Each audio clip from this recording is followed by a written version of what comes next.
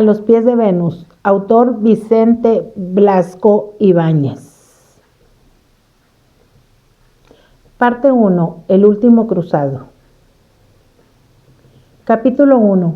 Las dichas y contrariedades del caballero Tannhäuser en la Venusberg. Al distraídamente la fecha de los periódicos recién llegados de París, sintió por primera vez Claudio Borja la existencia del tiempo. Hasta entonces había llevado una vida irreal, libre de la esclavitud de las horas y las imposiciones del espacio. Todos los días eran iguales para él. No vivía, se deslizaba con suavidad por un declive dulce, sin altibajos ni sacudidas. El día presente era tan bello como el anterior, y sin duda resultaría igual al próximo mañana. Solo al recordarle la fecha de los diarios, otra fecha idéntica guardada en su memoria, hizo un cálculo del tiempo transcurrido durante esta dulce inercia, únicamente comparable a la de los seres que en los cuentos árabes quedan inmóviles dentro de ciudades encantadas paralizadas por un conjuro mágico. Un año. Iba ya transcurrido un año desde aquel suceso que dividía su existencia. Como los hechos trascendentales parten la historia sirviendo de cabecera a una nueva época, recordaba su sorpresa en el ruinoso castillo papal de Peñíscola, próximo al Mediterráneo, ante la aparición inesperada de Rosaura Salcedo. La hermosa viuda venía a buscarle sin saber por qué, creyendo obrar así por aburrimiento y moviéndose en realidad a impulsos de un amoroso instinto, aún no definido, que pugnaba por adquirir forma. Luego veía la tempestad, llamada por él Providencia, el refugio de los dos en un huerto de naranjos próximo a Castellón. La noche pasada en la vivienda de una campesina que los tomaba por esposos. Nunca volvería a ver a esta pobre casa y, sin embargo, se alzaba en su recuerdo más grande y majestuoso que todos los edificios históricos admirados en sus viajes. Tenía olvidado el nombre de aquella humilde mujer que facilitó, sin saberlo, la aproximación de ellos dos, pero su imagen persistía en su memoria con el resplandor dulce y atractivo que envuelve a los grandes favorecedores de nuestro pasado. A partir de aquella noche, el mundo cambiaba para Borja. Tal vez seres y cosas continuaban lo mismo, pero él era otro, viendo transformadas las condiciones de su vida, encontrando nuevo encanto a lo que antes consideraba monótono y ordinario. Había descubierto, como todos los enamorados satisfechos de su felicidad, que nuestra existencia tiene más poesía que nos imaginamos en días de pesimismo. Vuelto de espaldas al resto del mundo, no encontraba otra vida digna de interés que la de aquella mujer. Juntos harían su camino en todo lo que les quedase por existir. Y eso que ambos, siendo jóvenes, veían su futuro como un horizonte sin límites. Viajaron los primeros meses, yendo a donde van las gentes de la sociedad en que había vivido hasta entonces Rosaura, y procurando al mismo tiempo aislarse de ellas. Aprovecharon el ferrocarril para huir de aquel huerto que tanto recordaban después. Querían un escenario menos rústico para su amor. Esperaron en Barcelona a que el chofer hubiese recompuesto el automóvil en un taller de Castellón. Luego volvieron a Francia, como si pasada aquella tempestad en el campo de naranjos, no pudieran ya pensar más que en ellos dos. La viuda argentina mostrábase de repente sin interés alguno por las bellezas de la costa española y la historia novelesca del Papa Luna. Volvieron a verse en Marsella, pero ahora sin las dudas y los apartamientos inesperados de semanas antes. Finalmente paseó Claudio por el jardín en declive que ponía en comunicación la elegante casa de Rosaura en la costa azul con los peñascos blancos de áspero mármol, taladrados incesantemente por las aguas marítimas. La soledad, grata en los primeros días, empezó a pesarle de pronto a Rosaura. Ella, tan deseosa de guardar su reputación y su rango social, se mostró la más osada, como si le placiese exhibir ante sus amigas íntimas este enamorado más joven que Urdaneta. Con discreción todo puede hacerse en nuestro mundo, dijo para convencer a Borja, tímido y prudente. Viajando juntos y fingiendo vivir separados dentro de un mismo hotel, pasaron los meses de verano en Biarritz, luego en Venecia y en las admirables estaciones alpinas del Tirol. No podía recordar Claudio con exactitud dónde había estado y lo que llevaba visto.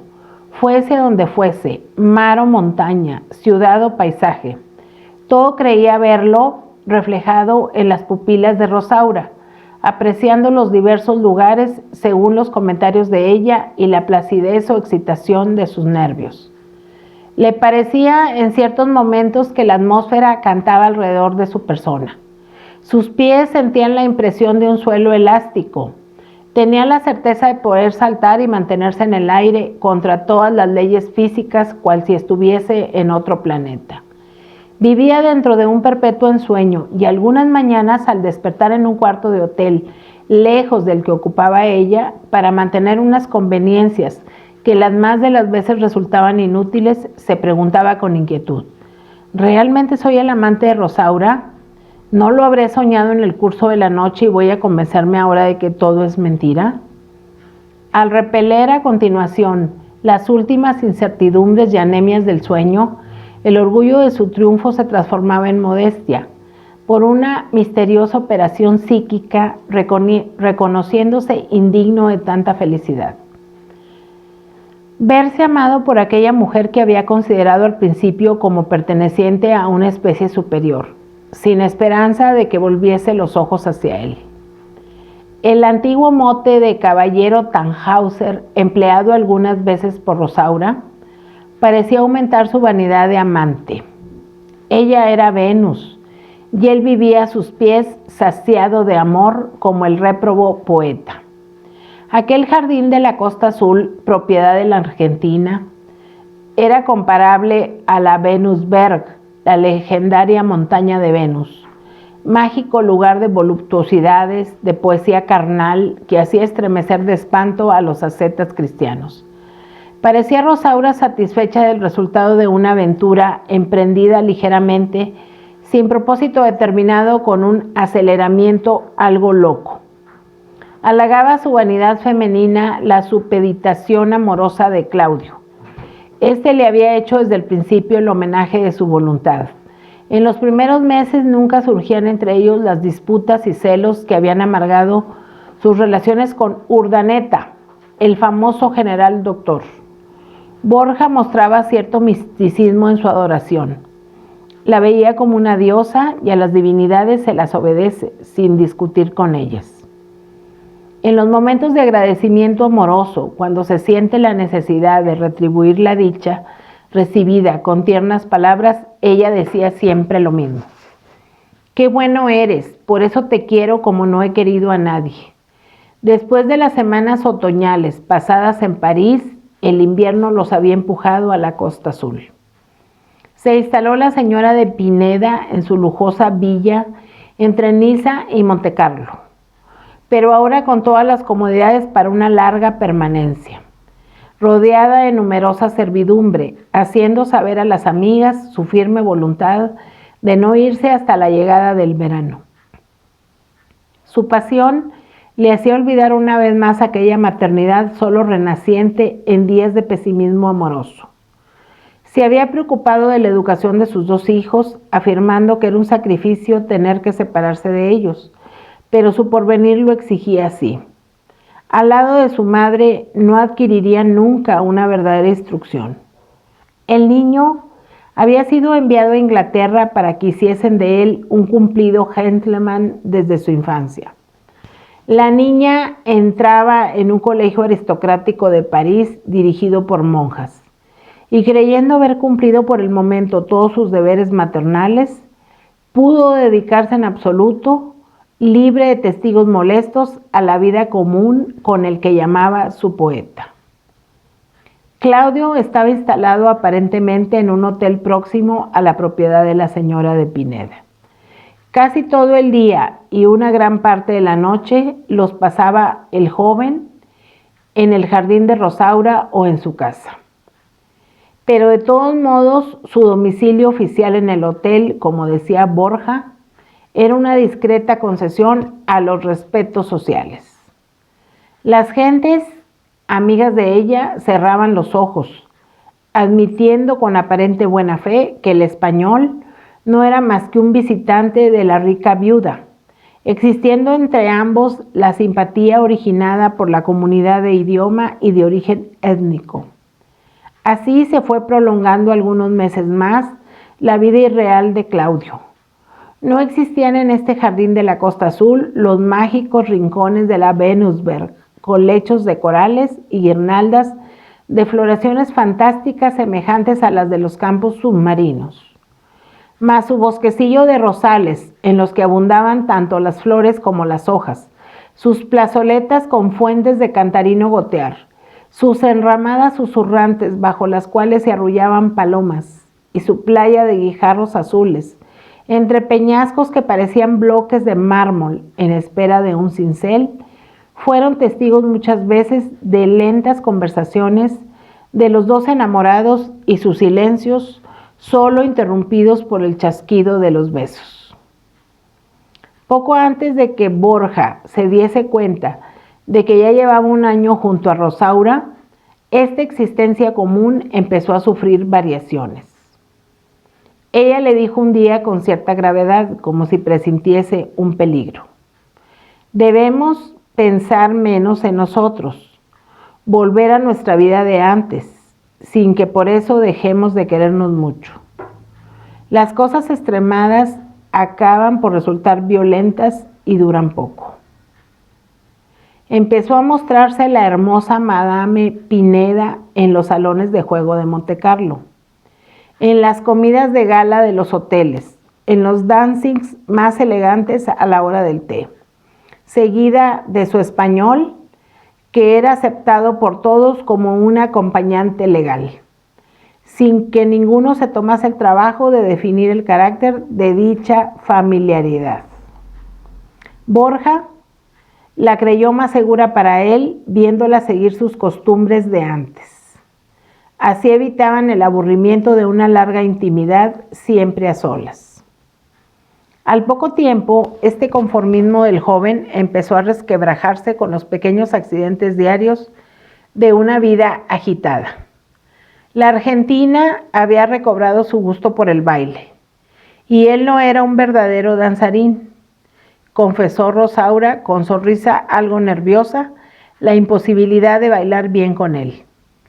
Sabes de muchas cosas, y por eso te admiro, pero de bailar, nada.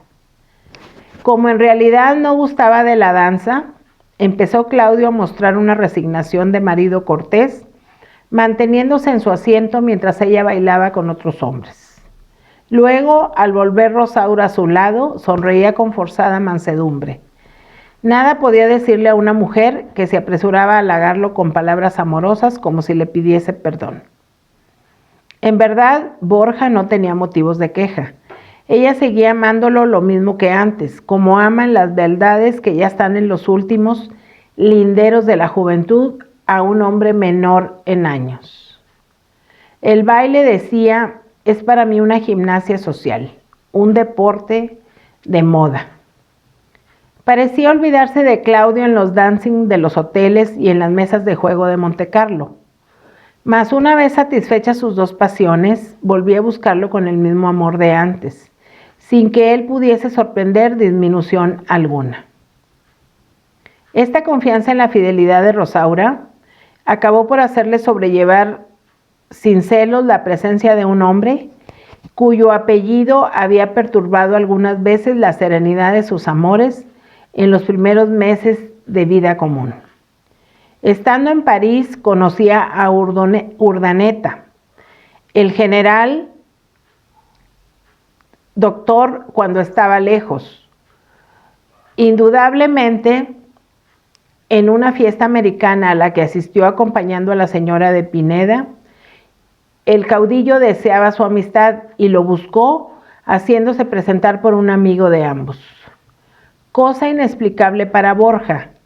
Había pensado siempre con odio en este hombre, y al verlo de cerca tuvo que confesar que no le era antipático, solo odiaba al general doctor cuando estaba lejos.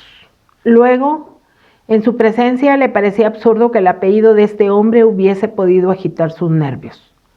Urdaneta había venido a vivir en Cannes unas semanas y los dos enamorados lo encontraron repetidas veces en los hoteles de Niza o en el casino de Montecarlo. Rosaura, más tenaz en sus desvíos, lo trataba fríamente, esforzándose por hacer ver a todos que este hombre solo era ya para ella uno de tantos visitantes.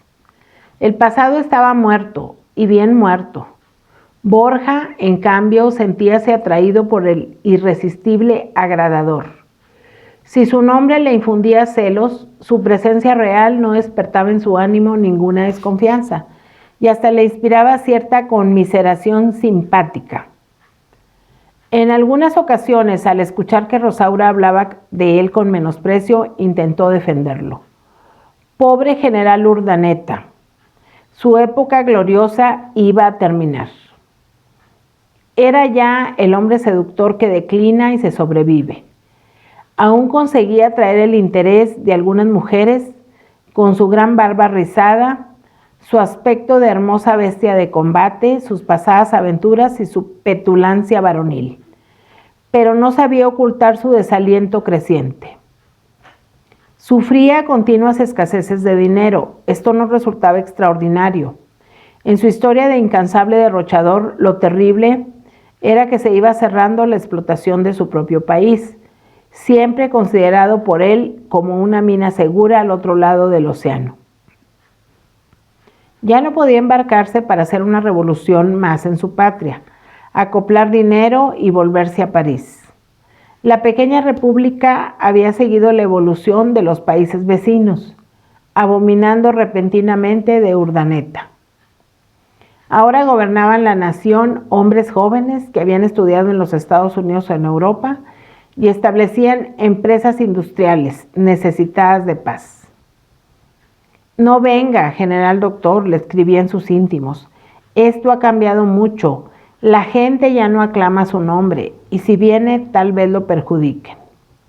Y Urdaneta, que desde París husmeaba los vientos de su patria, lo mismo que sus corresponsales, se abstenía de embarcarse para hacer una intervención armada, sabiendo que en el lenguaje de su tierra perjudicar equivalía poco más o menos a fusilamiento.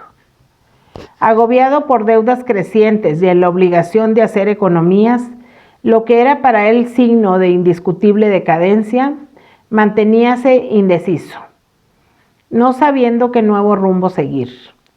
Hombre experto en amores, no intentó recobrar a la millonaria argentina. Historia terminada.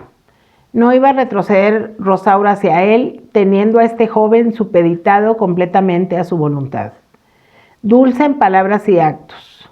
Además, conocía el valor de la juventud para las mujeres procedentes de América.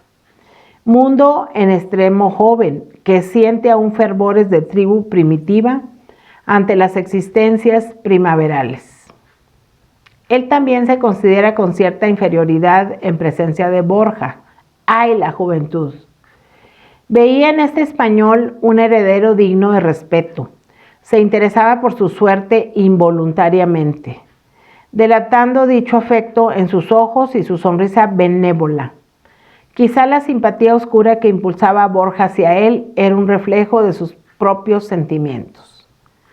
Algunas veces creyó leer Claudio en sus amistosas miradas y en la expresión bondadosa de su boca. Tal vez lo creía un compañero futuro de infortunio. Con mujeres como Rosaura, enamoradas de la vida y poseedoras de un alma pagana, ¿quién puede estar verdaderamente tranquilo? Teme, compañero, a la juventud, parecía decirle Urdaneta. Algún día vendrá otro con menos años que te sucederá como tú a mí. Cuando Borja creía adivinar esto en la expresión afectuosa y triste del héroe caído, se tranquilizaba a sí mismo con una petulancia de enamorado feliz. Él era él, un hombre muy superior por su inteligencia y sus gustos a este guerrero selvático que al otro lado del océano había matado a centenares de hombres, y aquí empezaba a aparecer un personaje algo grotesco, lejos de su ambiente favorable, imposibilitado de continuar su antigua historia. Las mayores contrariedades sufridas por Borja en su vida actual procedían de aquel mundo algo híbrido, pero siempre elegante, que se reunía durante el invierno en la Costa Azul.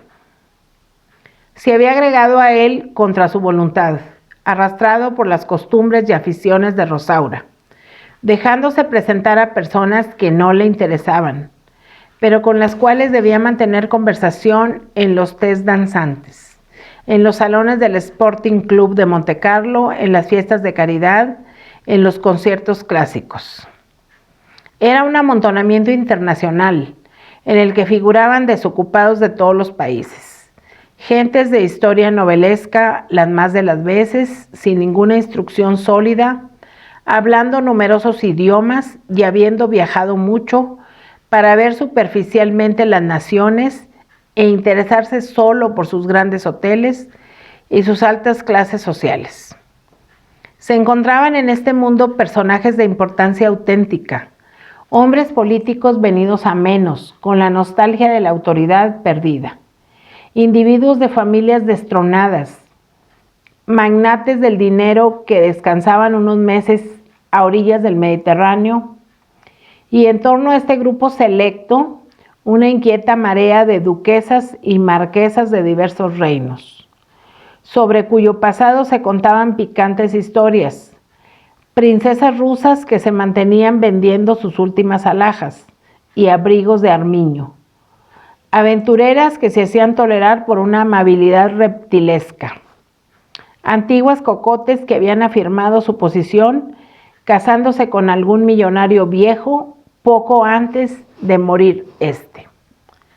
Todos llevaban una existencia tareada, corriendo en automóvil los 60 kilómetros de carretera entre Cannes y Mentón para asistir a fiestas en las diversas ciudades o arriesgar su dinero sobre las mesas verdes de los casinos situados a lo largo de la cornisa de la Costa Azul.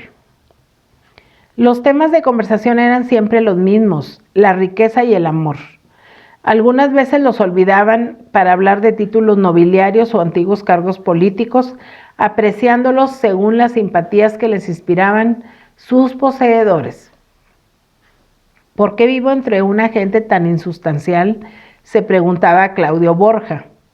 En realidad era su obligación de seguir a Rosaura, lo que le condenaba para siempre a figurar en dicho mundo frívolo, murmurador y al mismo tiempo exageradamente tolerante hasta el amoralismo. Sufría viéndose ignorado por esta gente bien educada y amable. Todos le acogían con sonrisas y apretones de manos, desconociendo su verdadera personalidad. Era para ellos el amigo de Madame Pineda, joven español, simpático, distinguido y nada más.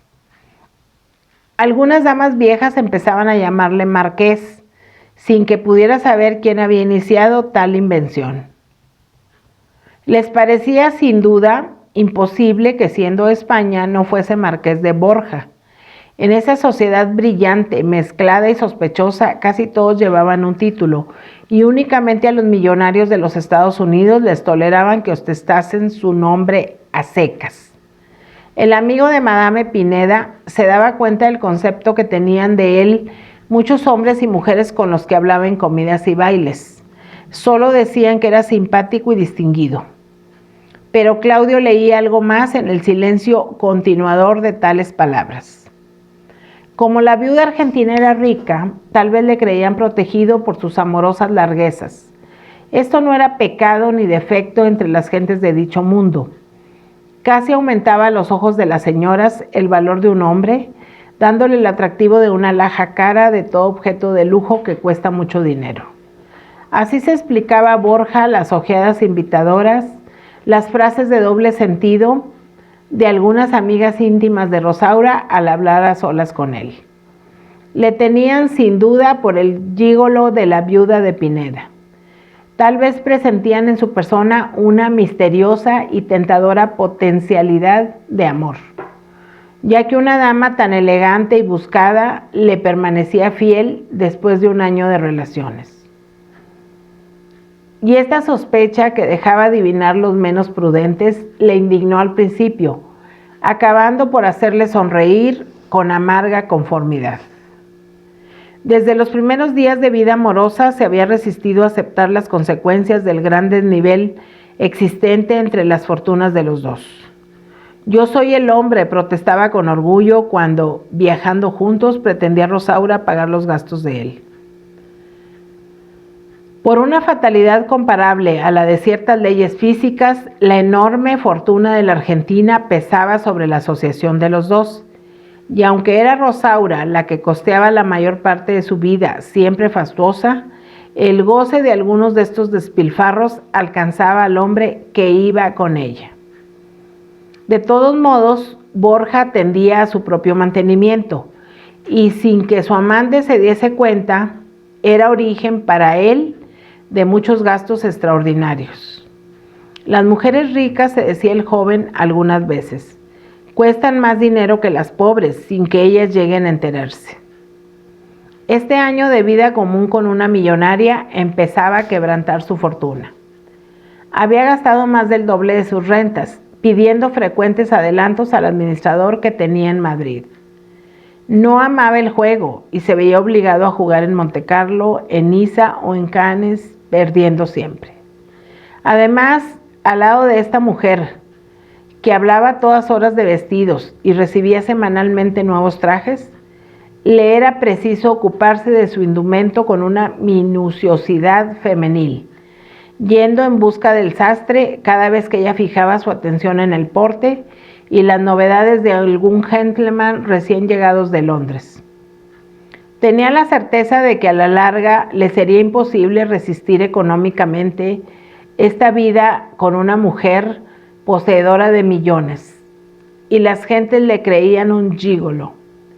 Dejaba para más adelante el pensar en esta desigualdad de fortunas. Aguardaba algo inesperado que surgiría en el porvenir, un nivelamiento salvador, sin detenerse en reflexionar cómo podría ser esto, contento de su dicha presente. Lo único que le producía verdaderas molestias en su actual situación era verse incomprendido por las personas que rodeaban a Rosaura. No haber continuado sus primeros meses de aislamiento y amor en el jardín rumoroso, oliendo a mimosas, a claveles y a sal marítima que ellos llamaban su Venusberg.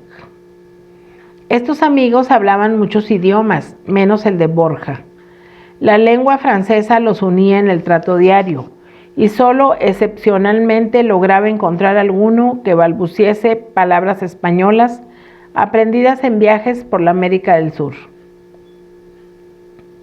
En vano Rosaura, con el deseo de elevarlo ante los ojos de estas grandes frívolas, anunciaba que Borja era escritor, un gran escritor. Algunas damas inglesas, cuyo romanticismo iba unido a la nostalgia de su perdida juventud, se interesaban repentinamente por él, pidiéndole sus novelas. Debían estar traducidas al francés o al inglés. Claudio se excusaba confuso. Él no había hecho novelas, único género literario que resiste la prueba de ser traducido. Solo escribía versos, y en español, forzosamente prisioneros de su forma primitiva. Traducir versos es romper un vaso de perfume para que se pierda en el aire su esencia. También se veía en esto incomprendido y menospreciado. Era simplemente un bailarín torpe, un oyente silencioso de charlas mundanas, muy por debajo de ciertos jóvenes frívolos que provocaban palabras de elogio en los dancings por su habilidad en mover los pies, viéndose llamados a los corros de señoras para divertirlas con sus murmuraciones casi femeninas. Soy feliz, se decía muchas veces Claudio, y cómo me aburro apenas ella se aleja, me doy asco a mí mismo. De pronto sentía un deseo cruel de atormentar con sus quejas a la mujer adorada. Era una obra subconsciente, una mala pasión que parecía venir de otro hombre. En tales momentos el amor estaba compuesto para él de agresividad y odio afectuoso. Tú debes de haber tenido muchos amantes, decía en las horas de mayor confianza. Cuéntame. Nada me importa. Inútilmente protestaba Rosaura. El incrédulo Borja seguía preguntando. ¿Cómo una mujer hermosa que tanto interesaba a los hombres podía haber llegado hasta él sin historias amorosas? A Urdaneta no lo nombraba. Prescindía de este antecesor como si lo ignorase, por lo mismo que era única realidad. Quería conocer a los otros, cuyo nombre agrandaba o achicaba, al capricho de sus celos. Estos otros eran el misterio con su cruel atracción, el pasado de Rosaura, vacío y oscuro que necesitaba poblar de espectros para su propio sufrimiento y el de su amante. Como este martirio de las preguntas era siempre de noche y en el lecho, ella no podía escapar a tal obsesión y procuraba hacer frente valiéndose de femeninas habilidades. Le contaba inverosímiles historias de amores con hombres de diversos países a los que había conocido en sus viajes, y al notar el enfurruñamiento silencioso de Claudio, rompía a reír. ¿Pero no ves, grandísimo sonso, que me estoy burlando de ti? Todo, cuentos disparatados, ya que esto te gusta. De poco le valía tal estratagema, pues el celoso tornaba a acosarla con sus preguntas. Detrás de dichos embustes debían de ocultarse, según él, terribles verdades. Hasta parecía menospreciarla, considerando rebajados sus méritos por no haber tenido muchos amantes. Al fin, Rosaura apelaba al llanto, diciendo con amargura: nunca vives contento de lo que tienes, te conozco. Necesitas sufrir, complicar tu vida y la del que esté cerca de ti. Eres de los que aman con enemistad. Dudaba, creyendo expresarse mal por no haber encontrado palabras más exactas y segura al mismo tiempo de estar formulando grandes verdades. Luego se reconciliaban, y ella, vibrante aún por las caricias recientes, decía con agradecimiento: qué suerte habernos encontrado, bendita la hora en que se me ocurrió ir a Madrid, y pensar que podríamos haber vivido cada uno por su lado sin conocernos. Todo esto no impedía que una semana después tuviese que llorar en la intimidad, protestando ante los celos de él, siempre con las mismas palabras. Lo que tú tienes, Claudio, es que te aburres. Y en tal situación, cuando el tedio de esta existencia demasiado tranquila y feliz iba agriando el carácter de Borja, una noticia le reanimó con el incentivo de la novedad. Su tío, el canónigo de Valencia, don Baltasar Figueras, iba camino de Italia, según le anunciaba en una carta, para completar alguno de aquellos estudios históricos que le habían hecho célebre en España, entre 2 docenas de eruditos semejantes a él. Necesitaba visitar por tercera vez a Roma para ver en las llamadas estancias de los Borgias dentro del Vaticano algunos fragmentos que aún existían de su primitiva pavimentación hecha con azulejos de Valencia.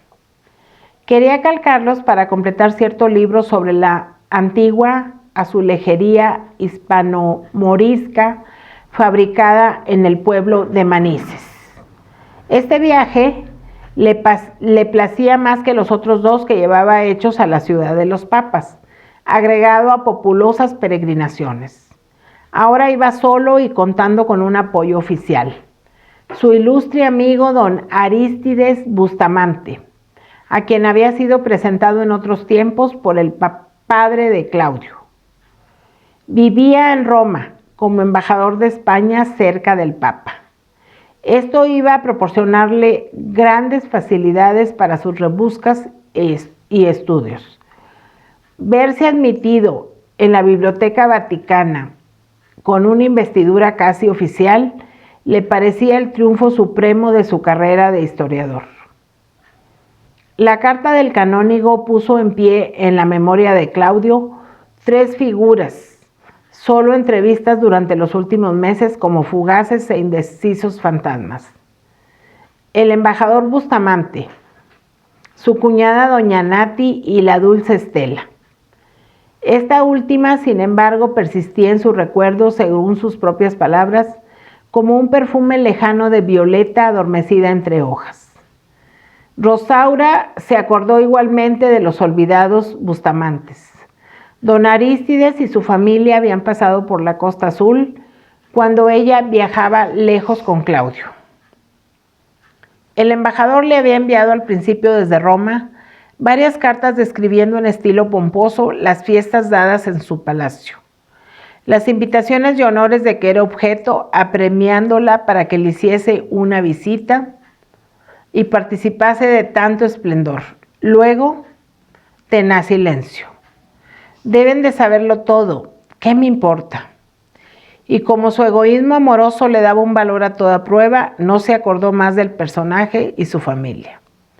El canónigo iba a detenerse en Niza solo por ver a su sobrino.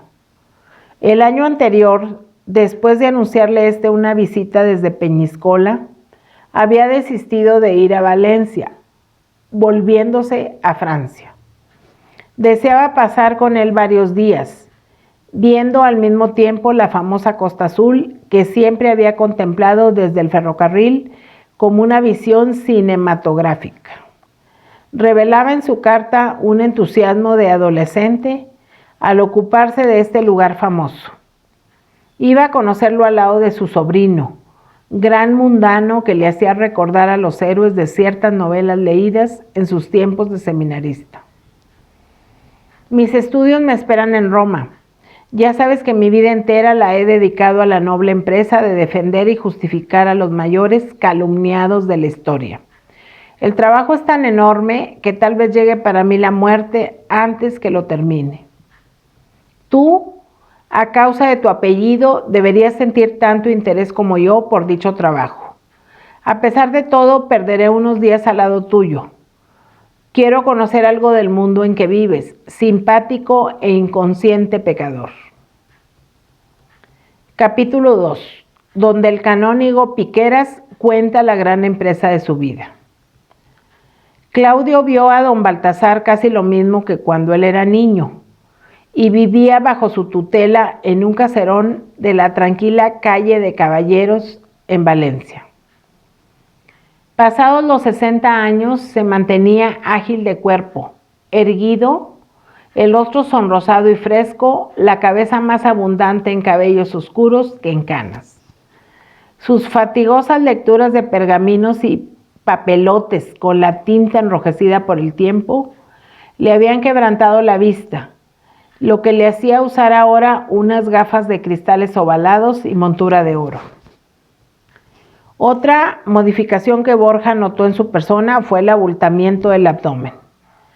Manteníase enjuto de carnes, sin aditamentos grasosos en los miembros, pero su vientre se había desarrollado aparte con independencia algo grotesca.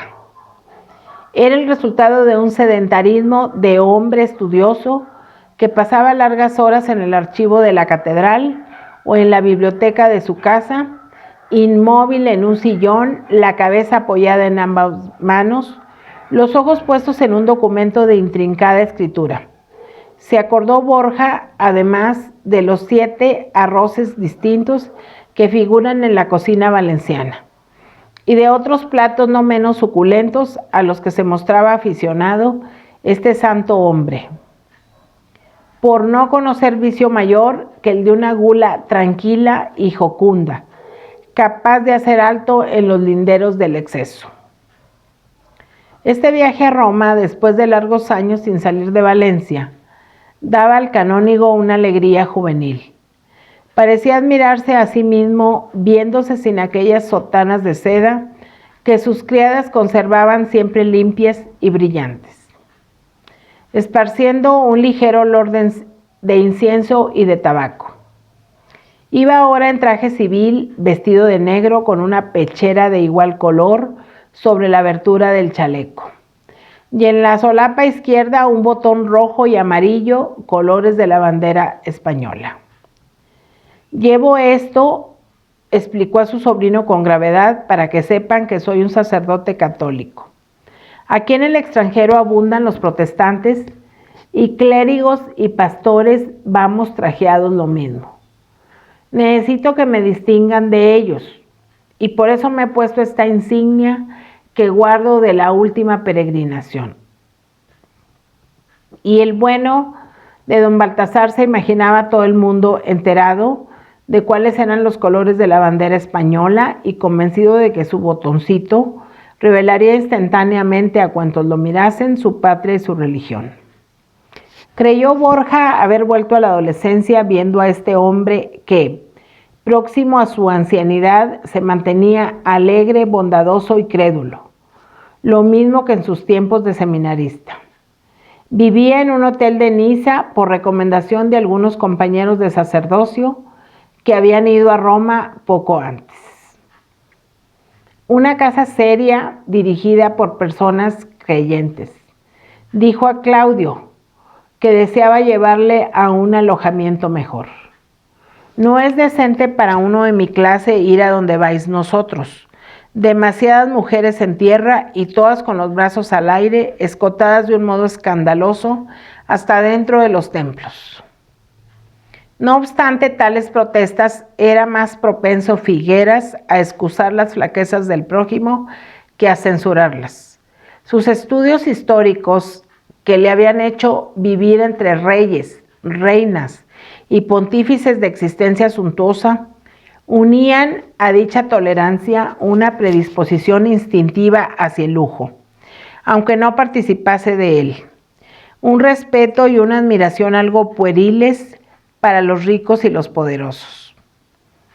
Cuando su sobrino le habló de la viuda de Pineda, dueña de una villa muy elegante en el camino de Montecarlo, gran dama que deseaba conocerlo, por lo mucho que había oído hablar de él, tosió el canónigo con cierta malicia, queriendo dar a entender que no le era completamente ignorada dicha señora. Hasta su casa habían llegado los ecos de la existencia que llevaba Claudio. Sabía quién era esta millonaria de América y sus relaciones con Borja. Pero en fin, la vida en el extranjero es otra que la de España. Ella era viuda y él estaba libre. A nadie hacían daño de un modo inmediato y directo con su conducta irregular. Y el sacerdote, para tranquilidad de su propia conciencia, mostrábase seguro de que al fin los dos acabarían por casarse. Cierta vanidad de carácter literario aumentaba la tolerancia del canónigo. Conocía como nadie, por indiscreciones de antiguos documentos, la vida secreta de ciertos reyes de Aragón, que eran sus personajes favoritos. Todos ellos con mancebas, a las que amaban románticamente, volviendo su espalda a la mujer legítima. Alfonso V, conquistador de Nápoles, no regresaba nunca a España al lado de su esposa, y moría en Italia víctima de su entusiasmo por las marquesas napolitanas. Su hermano Juan III, padre de Fernando el Católico, reinaba luego amancebado con una hebrea de rara hermosura. Figueras había dedicado además una parte de sus estudios al Renacimiento italiano y sus costumbres, sabiendo como pocos los pecados amorosos de varios papas y de los cardenales aseglarados de su corte durante el curso del siglo XV. No iba a asustarse como tímida beata por los amoríos de dos personas jóvenes que además sabían ocultarlo con discreción. Era lógico cerrar los ojos, ya que el pecado no iba unido al escándalo. Y don Baltasar entró en aquel jardín que Claudio llamaba la Venusberg, admirando su esplendor vegetal. Luego acogió con rebuscadas y melifluas palabras todas las amabilidades de la dueña de la casa. Sí que es guapa, se decía interiormente, mucho más de lo que me habían dicho y lo que yo imaginaba, y tan elegante. Al fin conseguía ver de cerca a una de estas señoras de rítmico paso, envueltas en suave perfume, que le hacían recordar a las otras, admiradas tantas veces imaginativamente mientras estudiaba la vida secreta de altísimos personajes. Mujeres extraordinarias que no eran ya más que polvo y huesos rotos dentro de tumbas olvidadas en los penumbrosos rincones de una catedral. La encontró idéntica a las amantes de ciertos reyes de vida romancesca y a las señoras romanas que hacían pecar a los pontífices. Luego se arrepintió de tan irrespetuosas comparaciones, impresionado por la sonrisa falsamente pueril de Rosaura, por la sencillez de sus maneras, por el aire de niña que tomaba al hacerle preguntas. Ella conocía perfectamente a don Baltasar gracias a las revelaciones de Claudio.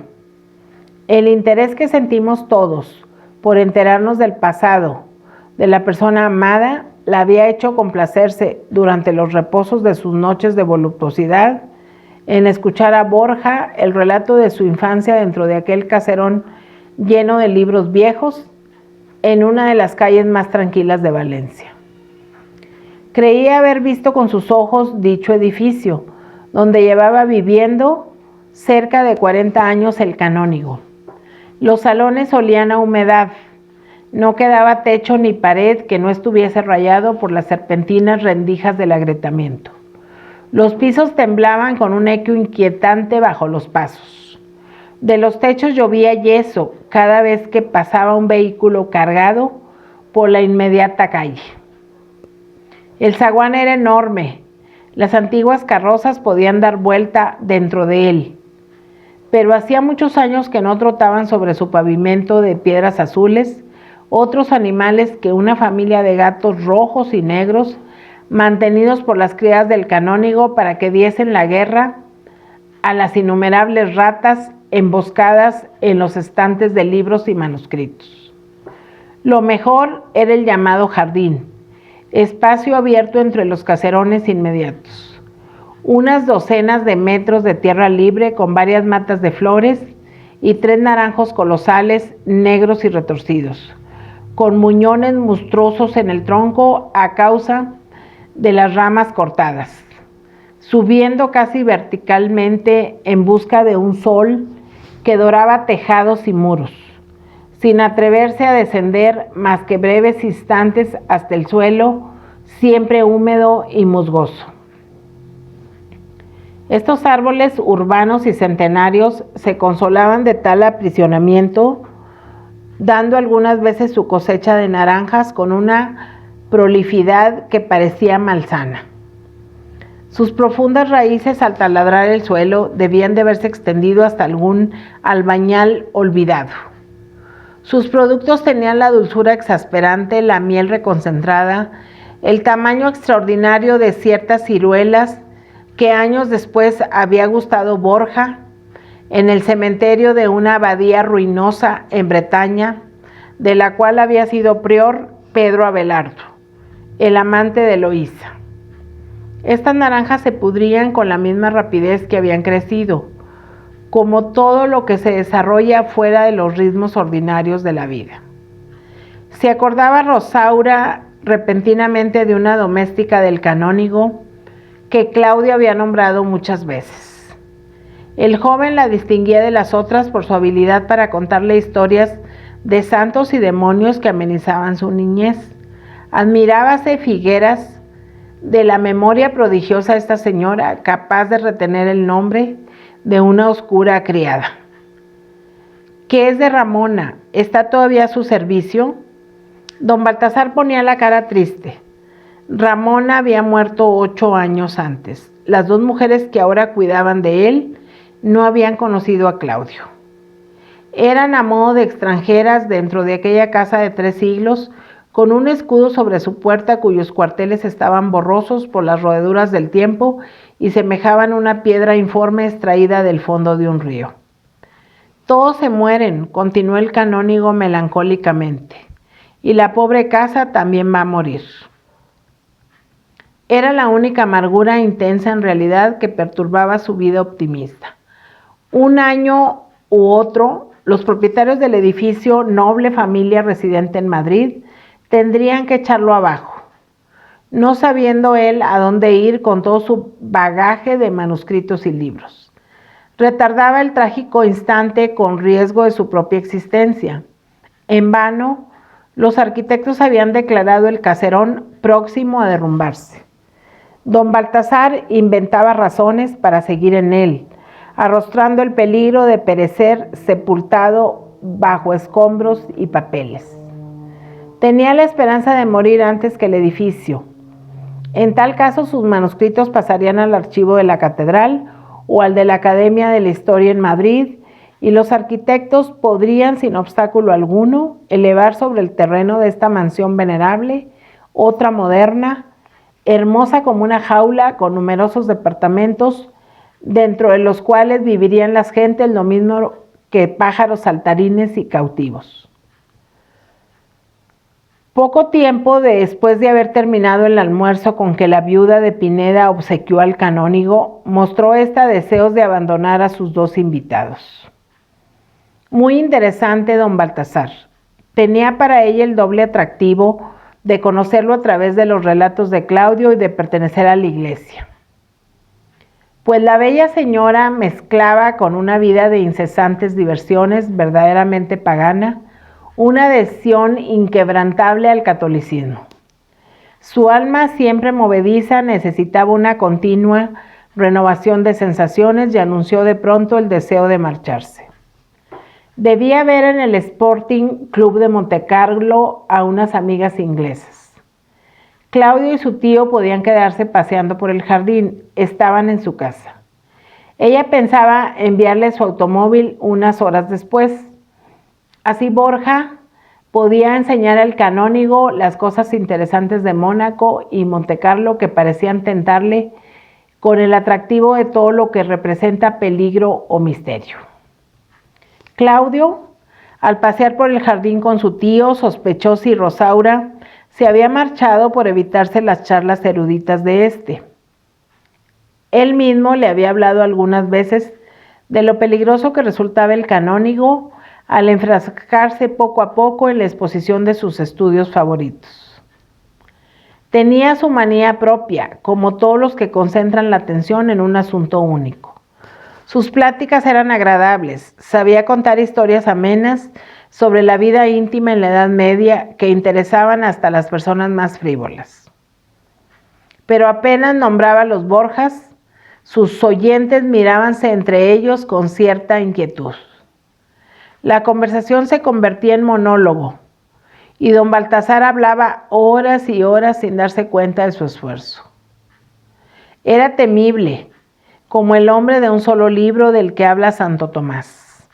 Todo lo encaminaba a su tema favorito con una constancia de maniático. En los tiempos de su niñez empezó Claudio a darse cuenta de este fervor del canónigo por los Borjas. Hasta parecía envidiarlo a él por llevar igual nombre que los pontífices españoles tan execrados por muchos. De buena gana habría cambiado su apellido de Figueras por el que ostentaba su primo, el ingeniero Borja, padre de Claudio. Se acordaba el joven de las veces que había ido en su infancia con una de sus criadas a buscarlo en el archivo de la catedral. Subían por una escalera antigua, entre muros de piedra, de este primitivo templo gótico que un pueblo devoto y demasiado rico había transformado en iglesia de arquitectura clásica, arqueando las ojivas, cubriendo de mármoles y dorados los negruzcos sillares. Ocupaba el archivo varios cuartos blanqueados con cal. Don Baltasar había colocado en vitrinas de madera los documentos más valiosos. Un armario guardaba sellos y bulas que pendían de los antiguos documentos, representando en sus redondeles escudos heráldicos, imágenes de santos, altares y templos. Estas plastas de cera roja, verde o amarilla parecían tener la dureza de un metal prolijamente cincelado. En una pared se mostraba bajo vidrio larguísimo papel con columnas de letra menuda. Eran las cuentas del abastecimiento, armas, víveres y sueldos de una de las flotas mandadas por Roger de Lauria, dominador del Mediterráneo, que no permitía navegasen en él ni los peces sin llevar sobre su lomo las 4 barras rojas del escudo de Aragón. Iba enseñando don Baltasar al pequeño todos los tesoros de este apartado y silencioso dominio, en el que pasaba semanas y meses sin que nadie viniese a turbar la paz de sus estudios. Podía descifrar documentos y escribir notas, escuchando al mismo tiempo por la tarde, con una lejanía que él llamaba poética, los armónicos trompeteos del órgano y los cánticos de sus compañeros de canonicato reunidos en el coro para el cumplimiento del oficio diario. Le parecía vivir en un mundo aparte, por encima del tiempo y del espacio, en comunicación sobrenatural con siglos remotos que solo habían dejado como huellas de existencia varias losas sepulcrales, abajo en el templo, y unos legajos color de hoja marchita en los estantes de pino que rodeaban su mesa. Otro de estos legajos, oculto en un arcón y bajo llave, como si fuese tentadora joya, lo mostró 2 veces el canónigo a su sobrino. Fíjate bien, dijo, esto te pertenece, es de tu familia, las cartas de los Borgias, que luego los italianos llamaron Borgias. Este es de Alejandro VI a su hijo mayor, el duque de Gandia. Esta otra de César Borgia cuando aún no era soldado y ostentaba el título de cardenal de Valencia. Y seguía enumerando las epístolas que la poderosa familia, instalada en Roma, había ido dirigiendo a sus amigos y parientes en la ciudad de la que eran oriundos. Todas están escritas en valenciano, continuaba Figueras. El valenciano fue la lengua familiar de los Borgias, el idioma sagrado y secreto de tribu con lo que se entendían entre ellos. Al vivir en Italia, circundados de espías e hipócritas. También usaban con frecuencia el castellano. El cardenal Pedro Bembo, cuando aún era simple literato en Venecia, su patria, aprendía el castellano para escribir cartas amorosas a Lucrecia Borgia. Todos los hijos de Alejandro VI, a pesar de ser mestizos de italiana y español y no haber ido nunca a España, hablaban en castellano a los amigos y protegidos de su padre, y se valían con el valenciano como si tal medio de expresión les diese mayor intimidad. Quedaba el canónigo pensativo unos momentos y colocando una mano en la cabeza del pequeño, acababa por decir: cuando seas hombre, comprenderás mejor lo que valen estos papeles. Debes consagrarte a una empresa justa que tal vez yo no pueda terminar. Defiende a los tuyos, que son los mayores calumniados de la historia.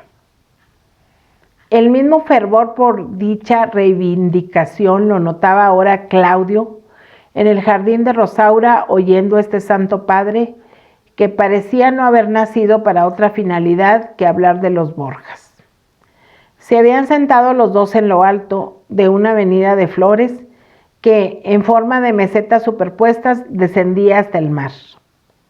Por esa tendencia a la antítesis que algunas veces nos hace ser pesimistas ante los espectáculos risueños, al mismo tiempo que Figueras contemplaba un pedazo azul y luminoso del Mediterráneo con algunas velas blancas en último término, empezó a hablar de las ruinas de la Roma del siglo XV, casi desaparecida bajo escombros a consecuencias del abandono de los papas instalados en Aviñón y las luengas peleas del gran cisma de Occidente.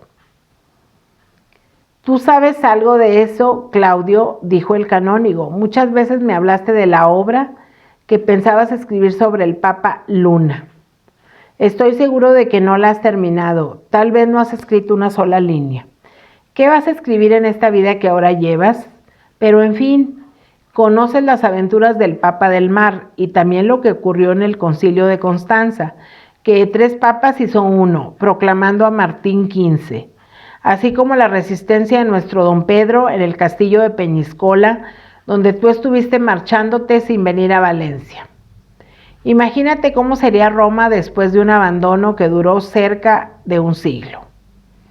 Martín V hallaba a la ciudad eterna en paz, pero como una ruina inmensa, cubierta de escombros, con su población terriblemente mermada por las enfermedades. Solo permanecían en pie las torres de algunos nobles acostumbrados a vivir como bandidos, saliendo de sus guaridas para robar y matar a los débiles.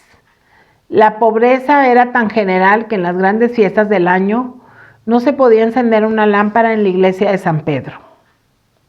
Había eclesiásticos que morían de hambre, y los supervivientes iban cubiertos de andrajos con aire de salvajes, implorando la caridad.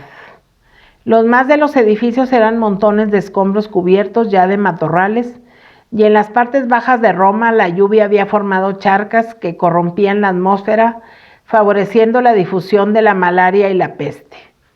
Muchas iglesias se han venido al suelo, faltas de reparación. El Coliseo perdía una parte de sus arcos. El Palatino servía de pradera a caballos y cabras, y en el foro pacían manadas de vacas. Ciertas familias feudales que dominaban a Roma iban empleando estatuas y columnas de mármol para hacer muros, escaleras, umbrales de puertas y hasta cuadras y pocilgas. Si algunas obras antiguas conseguían salvarse, era por permanecer ocultas bajo cascotes y malezas. Los monumentos de la Roma clásica servían de canteras inagotables, proporcionando bloques a los edificios en construcción y a las fábricas de cal. En la corta vida de un hombre, la ciudad eterna sufría enormes destrucciones. El gran humanista Poglo había visto casi incólume el templo de Saturno, y al volver a Roma años después solo encontraba las 8 columnas que se conservan actualmente. Igual devastación notada en el sepulcro de Cecilia Metella. Mas a pesar de tales destrucciones, siguió diciendo don Baltasar, existía indudablemente una cantidad mayor de monumentos antiguos que en nuestra época, y su abandono daba a la ciudad cierto aspecto muy pintoresco. Una vegetación de varios siglos se había extendido sobre las ruinas. La superstición medieval las iba poblando de fantasmas y brujas. Si algunos artistas se cuidaban de desenterrarlas y dibujarlas, la plebe romana los creía unas veces magos y otras buscadores de tesoros.